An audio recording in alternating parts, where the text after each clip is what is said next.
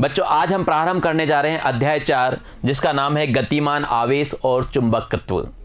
गतिमान आवेश के बारे में तो आपने देखा था, मेन बात है यहाँ पे चुंबकत्व यानी चुंबक, जिसमें हम पढ़ने जाएंगे चुंबकीय क्षेत्र और चुंबकीय बल क्या होता है।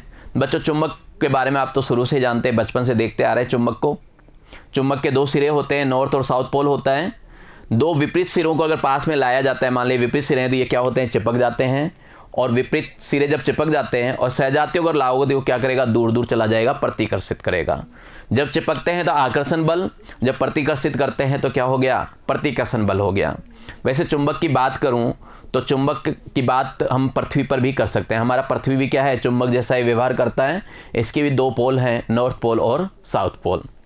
शुरू में क्या देखा गया था कि चुंबक की बातें करें कि चुंबक होता क्या है, विद्युत धारा का चुंबकीय प्रभाव। बहुत पहले ये मानते थे कि विद्युत धारा अलग चीज़ है, चुंबक अलग है, विद्युत क्षेत्र अलग है, चुंबकीय क्षेत्र अलग है, इनमें आपस में कोई रिलेशन नहीं है। तो आप कॉपी पेन लीजिए, वहाँ पे हेडिंग डालिए, विद्युत धारा का चुंबकीय प्रभाव होता क्या है। ये होता है कि किसी धारावाही चालक तार में धारा प्रवाहित करने पर उसके चारों ओर जो चुंबकीय क्षेत्र उत्पन्न होता है, इसे धारा का चुंबकीय प्रवाह कहा जाता है। ठीक है, बात यहाँ क्या कर रहे हैं, धारा प्रवाहित कर रहे हैं। धारा तो हमने पिछले चैप्टर में भी प्रवाहित की थी, वहाँ तो चुंबक की बात नहीं की थी ना। वह क्या बहुत पहले की बात है, उस वक्त वैज्ञानिक ये मानते थे कि धारा का और चुंबक का आपस में कोई रिलेशन नहीं है। एक बार क्या हुआ, ऑरस्टेड नामक वैज्ञानिक थे, वो अपना एक एक्सपेरिमेंट कर रहे थे। उन्होंने एक परिपथ बना रखा था और नीचे वहाँ पे क्या था, एक उनके पास चुंबकीय सुई थी। चुंबकीय सुई का मतलब होता है, चुंबक जैसा एक सुई होता है, कांच का बना होता है, आप देखेंगे लेब में दिख जाएगा आपको, कंपास बॉक्स बोलते हैं उसको। तो उसमें क्या होता है, नॉर्थ और साउथ पोल को दिखाता है। चुंबक की सुई की जो आकृति होती है, आगे लाल कलर का होता है, वो नॉर्थ की साइड रहता है। हमेशा क्या होता है, नॉर्थ यानी उत्तर दिशा की ओर ही वो सुई जाती है।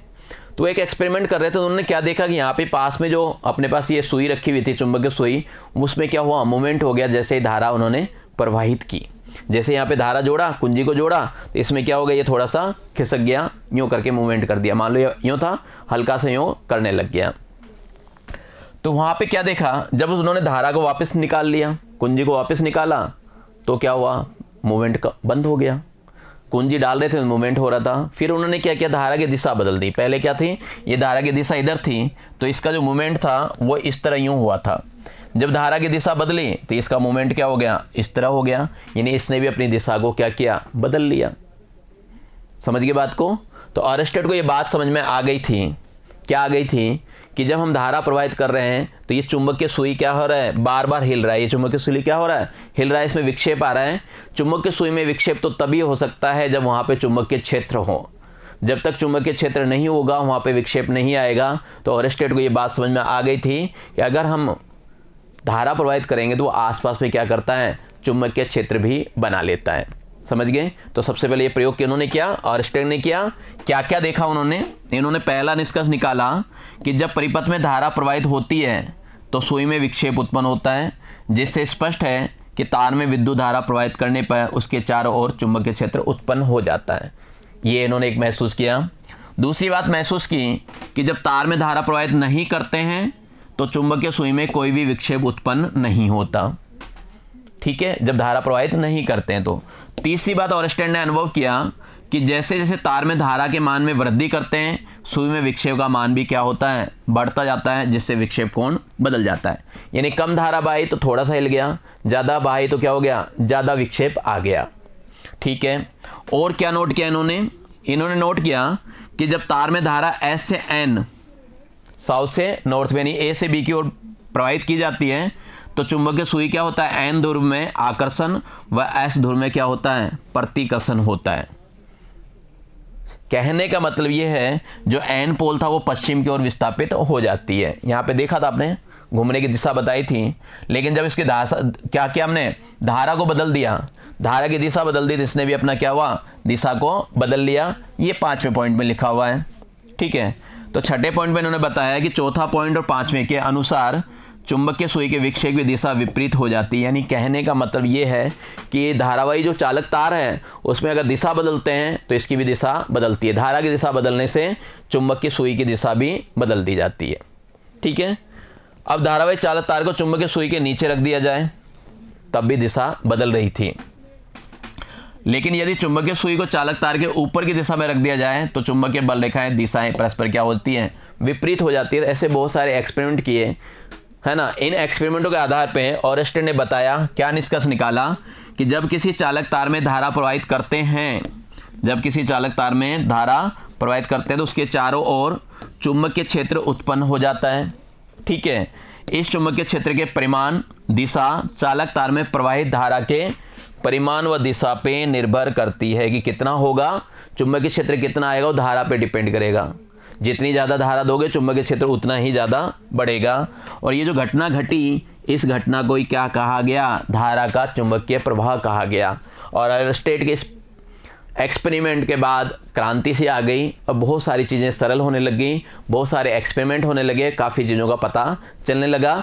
फिर जाके हम इलेक्ट्रिक और मैग्नेटिक को अलग अलग तो पढ़ते थे, एक साथ पढ़ना शुरू कर दिया इलेक्ट्रोमैग्नेटिक। तो एक बात तो पता चल गई थी कि जब हम तार में धारा बहा रहे हैं तो वहाँ पे विद्युत क्षेत्र तो उत्पन्न होता ही था, साथ में क्या हो रहा है, चुंबकीय क्षेत्र भी उत्पन्न हो रहा है। तो बात करें हम चुंबकीय क्षेत्र की, कि अगर चुंबकीय क्षेत्र के बारे में पूछा जाए कि चुंबकीय क्षेत्र क्या होता है, तो आप ये कहोगे किसी चुंबक या धारावाही चालक तार के चारों ओर का वह क्षेत्र जिसमें किसी लोहयुक्त वस्तु को लाने पर वह अपनी ओर आकर्षित होती है, चुंबकीय क्षेत्र कहलाता है। एक चुंबक है, जितनी दूर से वो क्या करें, लोहे को अपनी ओर आकर्षित कर ले, वो क्या होगा, उसका क्षेत्र कहलाएगा। समझ गए बात को। ज़्यादा दूर रखोगे तो वो आकर्षित उसको नहीं कर पाएगा, तो क्या हुआ, उसका क्षेत्र वहाँ तक नहीं जा पा रहा। यानी चुंबक अपना क्षेत्र जहाँ तक रखता है, चुंबक का गुण जहाँ तक आता है, वो क्या कहलाता है, चुंबकीय क्षेत्र कहलाता है।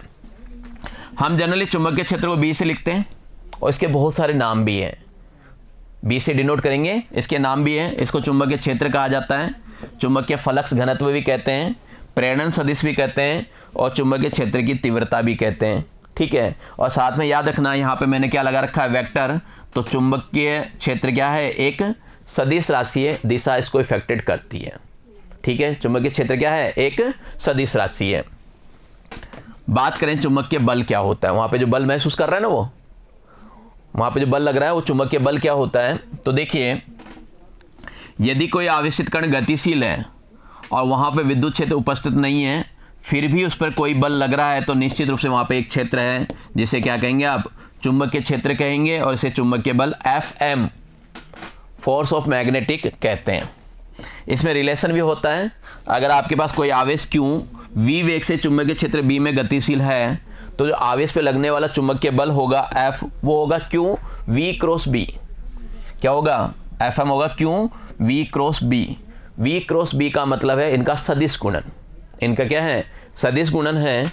और इस सदिश गुणन को आप जानते हैं, आपको अच्छी तरह पता है, आपने कक्षा 11 में पढ़ रखा है। A क्रॉस B को खोलते हैं तो ये आता है AB साइन थीटा और n कैप। ये जो n कैप होता है A और B दोनों के क्या होता है, तल के लंबवत होता है। A और B दोनों के तल के क्या होता है, लंबवत होता है। सपोज कीजिए ये आपका Q है और ये अपना क्या है, V है, इनके बीच का कोण थीटा है, तो ये बल क्या होगा, ये वाला बल होगा इसका FM, यानी Q और V के तल के लंबवत होगा। ये प्रॉपर्टी है, ये क्या इसकी प्रॉपर्टी है। तो F बराबर आ गया Q V क्रॉस B। इसको खोलेंगे तो Q V B sine theta n cap होगा। यहाँ पे जो Q है आवेश का परिमाण है, V आवेश का वेग है, B आपको पता ही है चुंबकीय क्षेत्र है, और ये जो थीटा है, ये थीटा क्या है, यहाँ पे Q ना लेके हम B ले लें, यहाँ पे क्या है अपने पास, B ले लें, तो ये जो थीटा है, ये V और B, यहाँ पे आवेश की जरूरत नहीं है, B यानी चुंबकीय क्षेत्र, इनके बीच का एंगल है। थीटा क्या हो गया, V और B के मध्य का कोण है।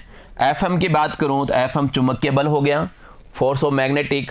और यहाँ जो n कैप लिखा है वो क्या है, जो बल है उसकी दिशा में एकांक सदिश है। और ये जो बल होता है वो क्या होता है, B और V दोनों के तल के लंबवत होता है। ये क्या होता है, दोनों के तल के लंबवत होता है। अब विशेष परिस्थितियों में निकाल सकते हैं थीटा का मान बदल बदल के। तो यहाँ पे मैं परिस्थितियाँ बनाता हूँ। केस फर्स्ट, जब थीटा का मान क्या ले लें, 0 डिग्री ले लें, और परिमाण निकालेंगे। तो परिमाण निकालेंगे तो मॉड ऑफ जो n कैप होता है वो कितना होता है, 1 होता है। इसलिए अपन ने यहाँ पे क्या किया, n कैप को छोड़ दिया। तो थीटा का मान 0 होगा तो साइन 0 का मान क्या होता है, 0 होता है। साइन 0 का मान क्या होता है, 0 होता है। देखिए थीटा का मान 0 कर रहे हो, इसका मतलब क्या हो गया, जिधर बी है ना, उसी के सहारे क्या है आपका वी भी उसी में ही है। यानी वो क्या हो रहा है, जो गतिमान आवेश है वो चुंबकीय क्षेत्र की दिशा की तरफ ही जा रहा है, और ऐसा होगा तो उसमें बल नहीं लगेगा, क्योंकि साइन 0 का मान क्या होता है, 0 होता है। और जैसे यहाँ पे अपन 0 करेंगे तो एफ का मान क्या आ जाएगा, 0 आ जाएगा। तो कहने का मतलब हुआ कि जब आवेश चुंबकीय क्षेत्र की दिशा में ही गतिशील है तो उस पर लगने वाला चुंबकीय बल कितना होता है, 0 होता है। उसी की दिशा में जाएगा तो क्या होगा, 0 होगा। यदि आपका थीटा 90 डिग्री है, यानी कैसा है, 90 डिग्री, यानी आपका ये तो क्या है V है, और ये क्या है अपने पास B है। हालांकि F क्या होगा, इन दोनों के लंबवत होगा, है ना। अगर थीटा आपका 90 डिग्री है तो साइन 90 डिग्री का मान आपको पता है कितना होता है, 1 होता है। तो यहाँ पे मैं 1 रख दूंगा तो मेरे पास ये F बनेगा, अपने पास क्या बन जाएगा, ये F बन जाएगा QVB, ये तो बनेगा, उसका मान 1 हो गया। F क्या आ गया, QVB। तो यहाँ कह सकते हैं कि जब आवेश चुंबकीय क्षेत्र के लंबवत गतिशील हो तो उस पर लगने वाला चुंबकीय बल अधिकतम होता है, क्योंकि साइन थीटा का जो अधिकतम मान है वो 1 होता है। साइन थीटा का अधिकतम मान कितना होता है, 1 होता है। तो जब ये लंबवत हो जाएंगे तो उस तक का होगा अधिकतम आएगा। तो आपसे पूछा जा सकता है कि चुंबकीय बल अधिकतम कब होगा, अधिकतम तब होगा जब आवेश क्या हो, चुंबकीय क्षेत्र के लंबवत दिशा में गति करता हो, यानी इसका वेग जो है चुंबकीय क्षेत्र क्या हो, लंबवत दिशाएं। तीसरे केस की बात करूं, 180 डिग्री, 180 का मतलब ये हो गया, इधर तो B हो गया और इधर क्या हो गया, V हो गया, यानी एक दूसरे के विपरीत दिशा में आ जाए तो उसको 180 कहते हैं। और साइन 180 का मान 0 होता है। साइन 180 का मान क्या होता है, 0 होता है। और जैसे यहाँ 0 रखूँगा तो यहाँ पे मेरे पास F का मान क्या आ जाएगा, 0 आ जाएगा। F का मान क्या होगा, 0 आ जाएगा। तो सीधी सी बात है, यहाँ पे भी क्या होगा, चुंबकीय बल 0 हो जाएगा जब दोनों एक दूसरे के विपरीत दिशा में होंगे। देखिए आप ये बता रहे हो, आगे बढ़े थोड़ा सा, कि F बराबर आप कह रहे हो, क्या कह रहे हो, QVB साइन थीटा होता है। मैं यहाँ से क्या कर सकता हूँ, B निकाल सकता हूँ। यहाँ से B निकालें तो B निकलेगा आपके पास, ये बट्टे में चला जाएगा F QV साइन थीटा। अगर मैं 90 डिग्री पे लूँ थीटा को तो ये B का मान आ जाएगा F बटा QV। यहाँ से चुंबकीय क्षेत्र को भी ज्ञात किया जा सकता है। सूत्र को आगे पीछे घुमाया हुआ ऐसा कोई बात नहीं है। देखिए चुंबकीय क्षेत्र का मात्रक, देखिए अपने को पता है चुंबकीय क्षेत्र जो होता है B, ये होता है F बटा QV। क्या होता है, F बटा QV। F की बात करूं, F का जो मात्रक होता है वो क्या होता है, न्यूटन होता है। Q का मात्रक क्या होता है, कूलाम होता है। V का होता है मीटर बटा सेकेंड, तो ऊपर चला गया। तो कुल मिला के चुंबकीय क्षेत्र का मात्रक हो गया न्यूटन सेकेंड बटे में कूलाम मीटर। इसको आप बदल के भी लिख सकते हैं, कोई दिक्कत नहीं, एम्पीयर में भी लिख सकते हैं और वोल्ट के हिसाब से भी लिख सकते हैं। तो ये रिजल्ट आपको, मैन तो ये याद रखना है अपने को, मैन अपने को क्या करना है, इसको याद रखना है, बाकी बदलना आपको आता है आराम से, ठीक है। तो चलिए ये आपका चुंबकीय क्षेत्र का मात्रक हो गया। चर्चा करूं चुंबकीय क्षेत्र का मात्रक जो है MKS या SI पद्धति में क्या होता है, तो वहाँ पे ये टेस्ला होता है, ठीक है, टेस्ला में कहा जाता है। और टेस्ला को अगर बदलना चाहें तो 1 वेबर बटा मीटर स्क्वायर होता है। और CGS की बात करूं तो CGS में इसका जो मात्रक होता है वो क्या होता है, गॉस में लिया जाता है, मैक्सवेल बटा सेंटीमीटर स्क्वायर होता है, इसको गॉस में पढ़ा जाता है। आपसे पूछा जा सकता है 1 वेबर में कितना होता है, तो हम जानते हैं 1 वेबर में 10 की घात 8 मैक्सवेल होता है और 1 टेस्ला में 10 की घात 4 गॉस होता है। ये इंपॉर्टेंट है, टेस्ला बड़ी इकाई है, गॉस क्या है, छोटी इकाई है। तो इनमें आपस में रिलेशन पूछा जा सकता है, तो अपने को पता होना चाहिए। 1 टेस्ला का मतलब होता है 10 की घात 4 गॉस। क्लियर ये बात करें B की विमा क्या होगी, तो इसी सूत्र से जो अपन ने निकाला ना, F बटा QV बराबर B, इससे इसकी विमा निकाल सकते हो। आपको पता है F की विमा होती है MLT-2, Q की विमा क्या होती है आपको पता ही है, AT होती है, और V की विमा अपन ने रख दी, ठीक है। इनको हल कर लें, इनको हल करेंगे तो ये अपने पास B की विमा आ जाएगी। विमा आपको निकालना आता है, अगर आपको सूत्र याद है तो विमा आसानी से निकाल सकते हैं। सूत्र याद है तो क्या कर सकते हो आप, मात्रक भी ज्ञात कर सकते हो, कोई दिक्कत नहीं है। यहाँ पे ध्यान रखना, ये जो मैं बता रहा हूँ B बराबर F बटा QV, ये कब होता है, जब थीटा का मान 90 डिग्री होता है और उस वक्त F क्या होता है, मैक्सिमम होता है। अगर मैं Q का मान 1 कूलाम ले लूँ और V का मान 1 मीटर पर सेकंड ले लूँ, तो यहाँ पे जो चुंबकीय क्षेत्र है उस बल के बराबर हो जाएगा। कहने का मतलब है कि किसी स्थान पर चुंबकीय क्षेत्र का मान उस पर एकांक वेग से गतिमान एकांक आवेश पर लग रहे बल के परिमाण के बराबर होता है। कब? जब आवेश चुंबकीय के लंबवत गतिमान हो, चुंबकीय क्षेत्र के क्या हो? लंबवत गतिमान हो, तब ऐसा होता है। ये भी याद रखेंगे आप। अब बात करते हैं चुंबकीय क्षेत्र उत्पन्न करने के स्रोत कौन कौन से हैं, कहां कहां से चुंबकीय क्षेत्र आ सकता है। तो ये आ सकता है आपका धारावाही चालक के कारण, जो चालक तार है ना, धारावाही चालक के कारण। दूसरा है गतिशील आवेशित कण के कारण, जो आवेशित कण है वो गतिशील है तो आ जाएगा। परिवर्ती विद्युत क्षेत्र और स्थायी व विद्युत चुंबक के कारण ऐसा हो सकता है। यहाँ पे कुछ पॉइंट्स हैं जो अपने को याद रखने चाहिए कि गतिशील आवेश विद्युत व चुंबकीय क्षेत्र के दोनों उत्पन्न करते हैं। जो गतिशील आवेश होता है वो विद्युत क्षेत्र भी उत्पन्न करता है और क्या करता है? चुंबकीय क्षेत्र भी उत्पन्न करता है। लेकिन जो स्थिर आवेश होता है वो केवल विद्युत क्षेत्र उत्पन्न करता है। अगर आपका आवेश स्थिर है तो केवल विद्युत क्षेत्र होगा, और गति कर रहा है, गतिशील है, तो विद्युत क्षेत्र तो होगा, उसके साथ साथ क्या करेगा? वो चुंबकीय क्षेत्र भी उत्पन्न करेगा। ठीक है। दूसरी बात याद करना आप कि जो विद्युत बल की तरह जो चुंबकीय बल होता है, अब अपन यहाँ चुंबकीय बल की बात कर रहे हैं, विद्युत बल क्या कर रहा था? अध्यारोपण के सिद्धांत को पालन करता है। तो यहाँ पे आपका चुंबकीय बल भी क्या करता है? अध्यारोपण के सिद्धांत का पालन करता है। याद कीजिए, विद्युत बल में आपको बताया था F बराबर F1 plus F2 plus F3 F4 सबको जोड़ लेते हैं। तो यहाँ पे भी क्या होगा? चुंबकीय बल में भी ऐसा होता है। तो चुंबकीय बल भी क्या करता है? अध्यारोपण के सिद्धांत का पालन करता है। अब बात करूं मैं चुंबकीय क्षेत्र के प्रकार कैसे कैसे हैं, कितने प्रकार के होते हैं चुंबकीय क्षेत्र। तो मुख्यतः मैंने यहाँ पे 4 प्रकार बना रखे हैं। पहला समान चुंबकीय क्षेत्र, नाम से पता चल गया होगा, जहाँ पे चुंबकीय क्षेत्र क्या हो? समान हो। दूसरा है असमान, तीसरा परिवर्ती, और चौथा क्या है? अपरिवर्ती चुंबकीय क्षेत्र। एक एक की चर्चा कर ही लेते हैं हम कि आखिर ये क्या चीज़ है। तो समान जो चुंबकीय क्षेत्र होता है वो कैसा होता है? ऐसा चुंबकीय क्षेत्र जिसके प्रत्येक बिंदु पर चुंबकीय क्षेत्र की तीव्रता समान होनी चाहिए। यानी प्रत्येक बिंदु पे क्या हो रही है? आपके पास चुंबकीय क्षेत्र की तीव्रता समान आती है, तो उसको आप क्या कहेंगे? समान चुंबकीय क्षेत्र कहेंगे।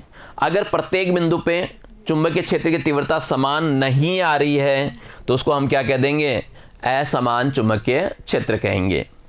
और परिवर्ती चुंबकीय क्षेत्र कैसे कहेंगे? जिसका मान, जो तीव्रता का मान है, समय के साथ परिवर्तित होता हो। ऐसा चुंबकीय क्षेत्र जिसकी तीव्रता का मान समय के सापेक्ष परिवर्तित हो, परिवर्ती चुंबकीय क्षेत्र कहलाता है। और जिनका मान समय के साथ परिवर्तित नहीं होता हो, यानी ऐसा चुंबकीय क्षेत्र जिसकी तीव्रता का मान समय के सापेक्ष अपरिवर्ती होता हो। समय के सापेक्ष क्या हो? अपरिवर्ती रहता हो, इसे अपरिवर्ती चुंबकीय क्षेत्र कहते हैं। तो अपने को ये चारों बात समझ में आ गई। तो बच्चों, आज की कक्षा में इतना ही। आगे पढ़ने के लिए मिलते हैं आपसे अगली कक्षा में। तब तक के लिए धन्यवाद, नमस्कार, आपका दिन मंगलमय रहे।